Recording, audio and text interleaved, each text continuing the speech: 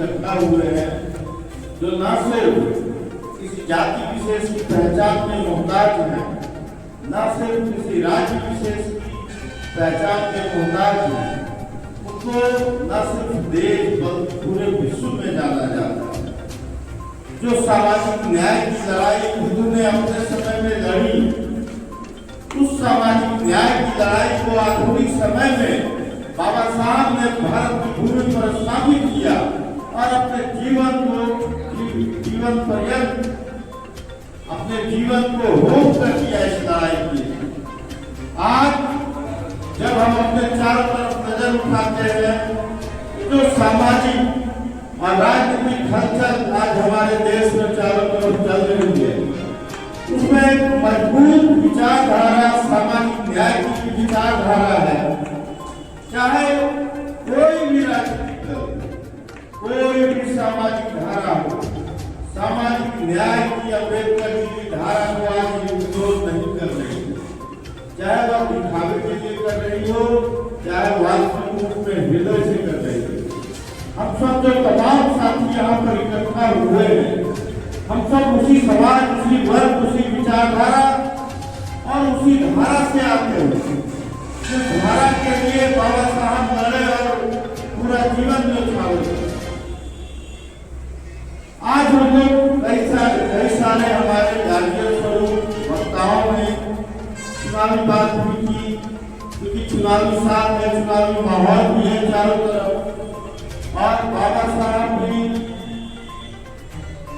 इस चुनावी राजनीति में विश्वास करते थे। उन्हीं की देन है कि संविधान ने राजा और रंग दोनों को समान मताधिकार दिया। मत क्या होता है, यहाँ पर मैं इस विश्वास के साथ अपनी बात को आप लोगों के समक्ष रख रहा हूँ कि जो मेरे तमाम युवा साथी हैं, युवा दोस्त हैं, भाई हैं मेरे, आप सब अपने आप में नेता हैं और आप सब अगर यहाँ से जाइएगा तो कुछ विचारों को समझ के जाइएगा। बाबा साहब ने किस लड़ाई को लड़ा, इसको समझ कर जाइएगा, ताकि जब असली में अपना भाग्य निर्धारण करने का समय आप तक आए, आप फिर ठगे न जाए। और साथी,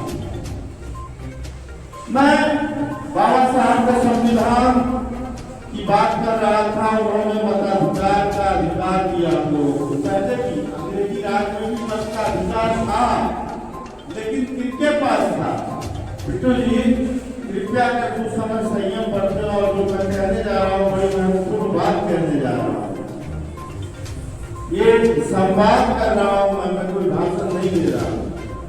और बाबा साहब ने जो सार्वत्रिक मताधिकार की व्यवस्था संविधान में की, उसके पहले भी मताधिकार था, लेकिन किसको था? जो बड़े जमींदार हैं, जो बड़े सरकारी नौकरशाह हैं, जो बड़े व्यापारी व्यवसायी, बड़े टैक्स पेयर हैं, उनको मत देने का अधिकार था। सामान्य आदमियों को, सामान्य लोगों को मत देने का अधिकार ही नहीं था। और आज हम लोग जो इस देश के नागरिक हैं, तो हमें नागरिकता का भी अधिकार प्राप्त नहीं था। तो हमें जो आजादी की लड़ाई लड़ी गई है, उसके मूल्यों और आदर्शों को भूलना नहीं चाहिए। उसको भुलाने का खेल चल रहा है, उसको ढकने का प्रयास किया जा रहा है। कुछ खामियां रही होगी पिछले 70 वर्षों के शासन में, लेकिन बहुत कुछ हमने रचा भी है और सहेजा भी है। आज मताधिकार, हम लोगों ने मत के अधिकार को खो दिया। आज अगर हम लोग वास्तव में अपने मत के अधिकार का प्रयोग करना सीख जाएं, तो ये जो अंचल में गुंडागर्दी होती है, लूटमार मची हुई है अंचल में, तमाम सरकारी कार्यालयों में बिल्कुल प्रशासन आवारा हो गई। इसका मूल कारण है कि बाबा साहब ने जो हमको अधिकार दिया, हम उन अधिकारों का उपयोग नहीं कर पा रहे। और वो इसलिए नहीं कर पा रहे हैं कि हमारे किसी बड़े साथी ने कहा कि हम लोगों के बीच में दोनों प्रखंड में 4-4 दलाल है हर एक दल में, और वो फिर हर एक गांव में 2-4 दलाल किए बैठे। चुनाव आएगा और वो दल के दल में हम लोग को खेलने का प्रयास करते रहते हैं। ये नहीं देखा जाता कि किस दल ने स्वच्छ उम्मीदवार को टिकट दिया है नहीं दिया है, ये नहीं देखा। बिल्कुल क्या कहते हैं कि एक जो मतदान कट्टरता होती है, जिसका कि हमेशा भी बाबा साहब ने विरोध किया, इसका कोई भी तार्किक व्यक्ति विरोध करेगा, उस मतदानता के तहत हम लोगों को ढकेल दिया जाता है उस अंधेरी गली में, जिसको चुनाव कहते हैं। आज जाति के नाम पे, धर्म के नाम पे, क्षेत्र के नाम पे मजाक बना के रख दिया गया है महान लोकतंत्र का, महान भारतीय लोकतंत्र का।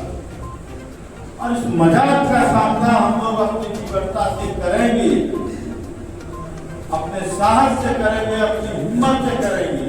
हम इतने साथी यहाँ पर जितने बैठे हैं पर्याप्त है बदलाव के।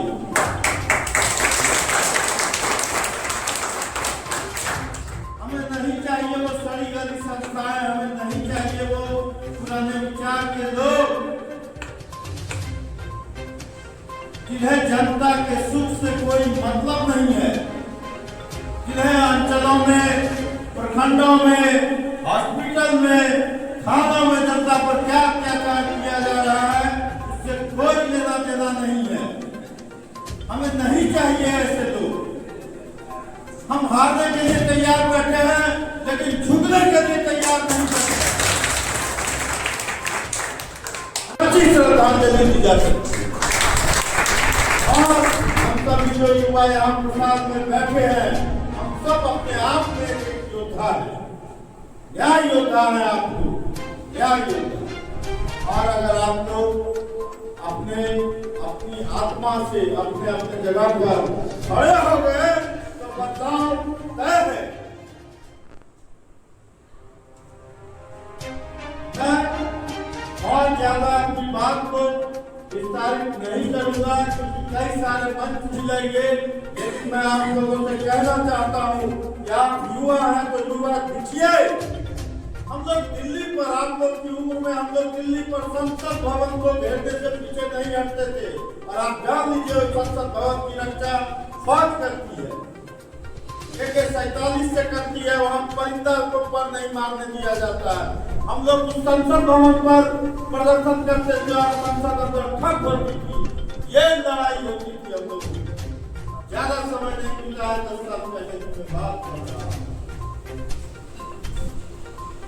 हम सब युवा हैं और अपने साथ अपने ऊपर अन्याय होता देख रहे हैं। मैं बूढ़ा इसलिए नहीं हुआ हूँ कि मुझे पर्याप्त पोषण नहीं मिल पाता। मेरे पास खाने पीने, ऐशो आराम की सारी सुविधाएं हैं। मैं समय से पहले बूढ़ा इसलिए हुआ हूँ, मैं आप लोगों के लिए चिंतन में बूढ़ा हुआ। मैं अंदर अंदर जलते रहता हूँ कि ये जो अन्याय हो रहा है, इस अन्याय का सामना कैसे किया जाए।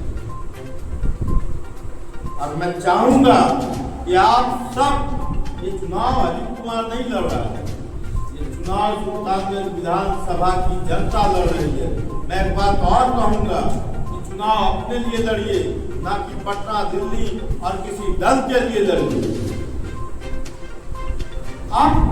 आपका आज देख लीजिए पटना का डिबेट डिस्कशन जो होता है, उसमें आपके जीवन के जो रोज की समस्याएं हैं वो कहाँ है?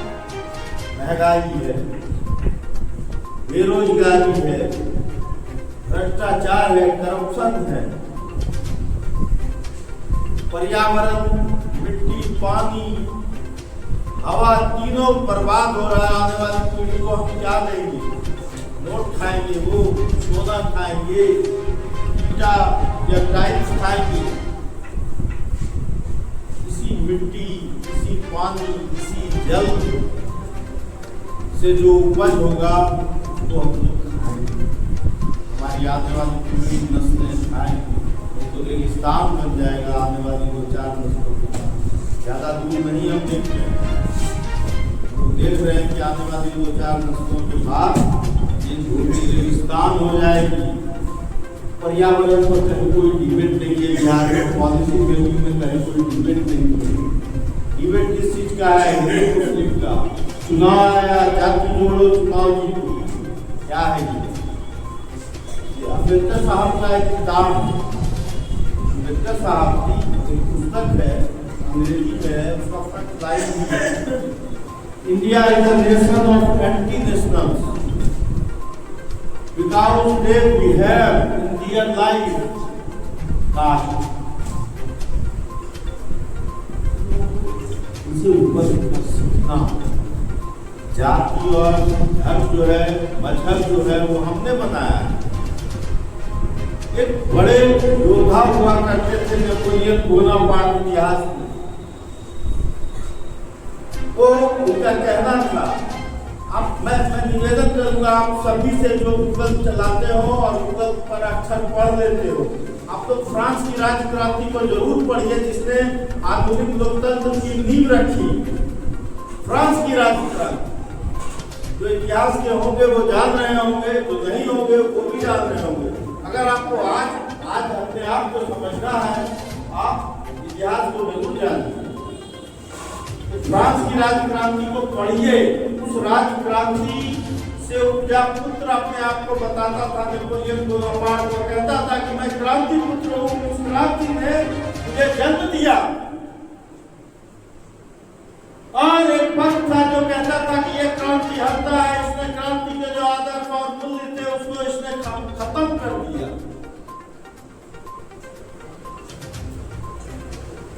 तो उस क्रांति के मूल्य क्या थे, वो क्रांति क्यों हुई थी, और उसके पहले की दुनिया कैसी थी, मेडावल एरा कैसा था। मैं भी आपसे भाई कहता हूं कि आज जो विधायक सदन में जाते हैं वो कैसे हैं, और वो जाकर क्या करेंगे आपके लिए। कोई प्लॉटर होगा, कोई ठेकेदार होगा, उसके पास चेतना नहीं है, उसकी कोई आइडियोलॉजी नहीं है, कोई फिलॉसफी नहीं है, कोई विजन नहीं है, कैसे अपने क्षेत्र को आगे ले जाएंगे। कोई बायोडाइवर्सिटी की बात नहीं करता, कोई बहुसंस्कृतिवाद की बात नहीं करता। तो कहते हैं हिंदू मुस्लिम, मुस्लिमों को क्यों विशेष संरक्षण मिला, महिलाओं को क्यों विशेष संरक्षण मिला। एक बहुसंस्कृतिवाद की विचारधारा आई थी जब जर्मन तानाशाह हिटलर ने एक जाति विशेष का खात्मा करने का ठान लिया पूरे यूरोप से। यहूदी जाति कहते हैं, काफी समृद्ध जाति थी। तो द्वितीय वर्ल्ड वार के बाद वैसे तमाम छोटी छोटी जातियों को संरक्षित करने के लिए बहुसंस्कृतिवाद की विचारधारा सामने आई, और नेहरू ने उसको उभार किए, राज्य शासन पद्धति में व्यवहारिक रूप से अपनाया। इसलिए जो कमजोर है, हमारा अपना बेटा जो कमजोर होता है, हम लोगों को लगता है कि उसको उसका ज्यादा देता, ताकि उसको सशक्त किया जा सके। ये विचार है। भारत कहते हुए अपनी बात को समाप्त करता हूँ। आप सबका सुना एक बार